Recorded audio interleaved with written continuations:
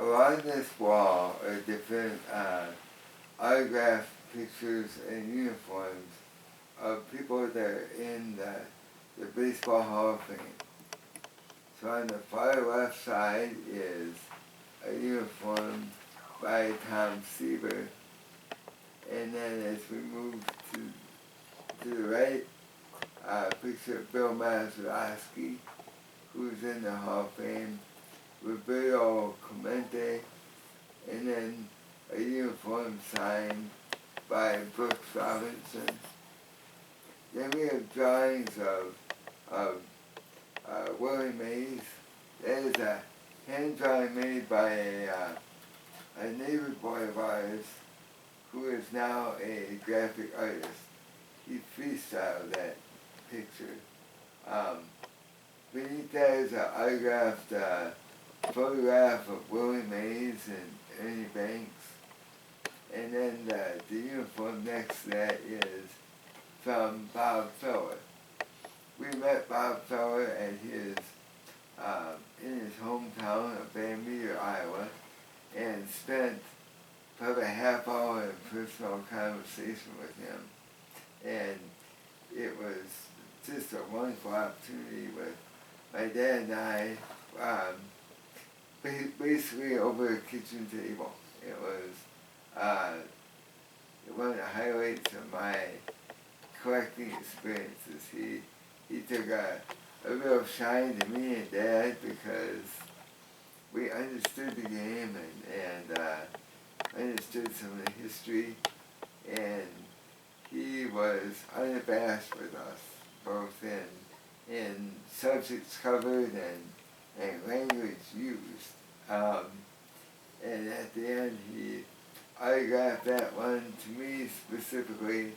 It says, "To Eric, best always." And then Bob Feller with the Hall of Fame insignia underneath. Next to that is a promotional poster back in 1986, signed by both Bob Feller and Buck O'Neill. And then underneath that is another promotional poster of the date when we met Mr. Feller. He was doing a promotional thing for the Parade of Homes in his hometown of Van Meter, Iowa. And so it is signed both as the promotion, but then he signed it for me specifically, and the signature on the left includes his Hall of Fame designation, which adds value to the piece. Now below that is a signed picture of Dennis Eckersley. We acquired that doing a free signing at the College Baseball Hall of Fame. Right next to that is a signed photograph of Duke Snyder. We won that as part of a drawing. It was a fundraiser for the Ted Williams Memorabilia Center. That Memorabilia Center gives money then to retired players who played before the time of big salaries. Right next to that is a picture of Mickey Mantle's hometown house where he grew up in Oklahoma. Next to that is a shaded drawing of Pedro Martinez that was again made by one of our neighbor kids, Noah Hammond, who is now a professional graphic artist. As we go up, the picture of baseball players is one of special value to me, that those are family members along my father's line. They are great uncles and grandparents and their town team in Northwood, Iowa, and Albert Lee, Minnesota back in the late 30s. And then above that is a signed picture of Pete Rose commemorating the day when he set the record for most career hits in Major League Baseball on September 11th, 1985.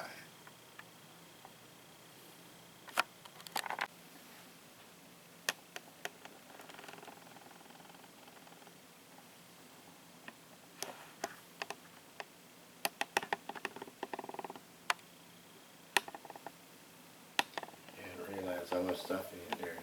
Oh,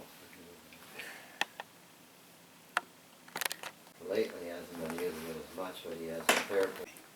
I bought this painting for myself as a high school graduation present. So back in 1984, this is a collage of all the men that had hit 500 home runs in the major leagues. And it is autographed by all the men. So it is Hank Aaron, Mickey Mantle, Ted Williams, Reggie Jackson, Willie Mays, Eddie Matthews, Herman Kilbrew, Frank Robinson, Willie McCovey, and Ernie Banks. And it is autographed by each one of those men.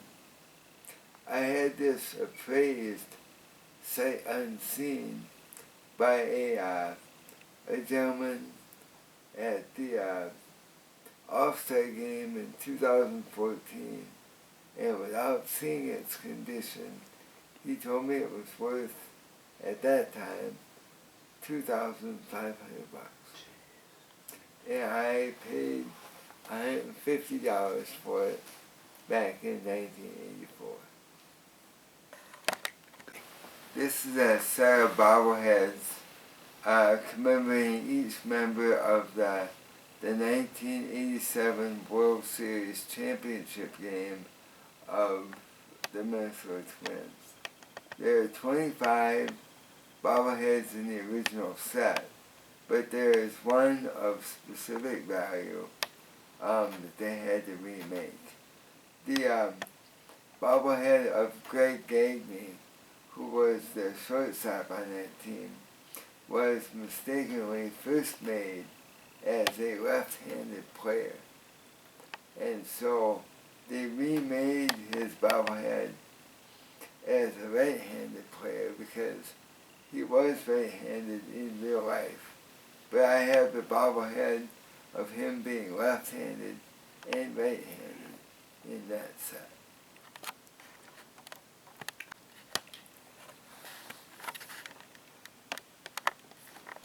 Whoops.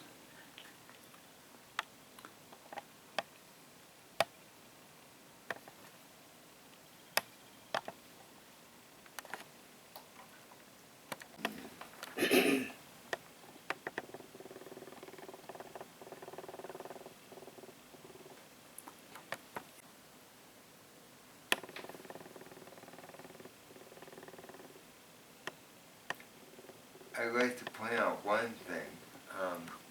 I have my original ticket stub that is not punctured from when I was in attendance for Cal Ripken Jr.'s 3000th hit. It was at the Metrodome, and I was there as a season ticket holder. And by the luck of the draw, when they scanned my ticket, they didn't tear the ticket. So I have the original ticket mounted in the frame commemorating that I was there.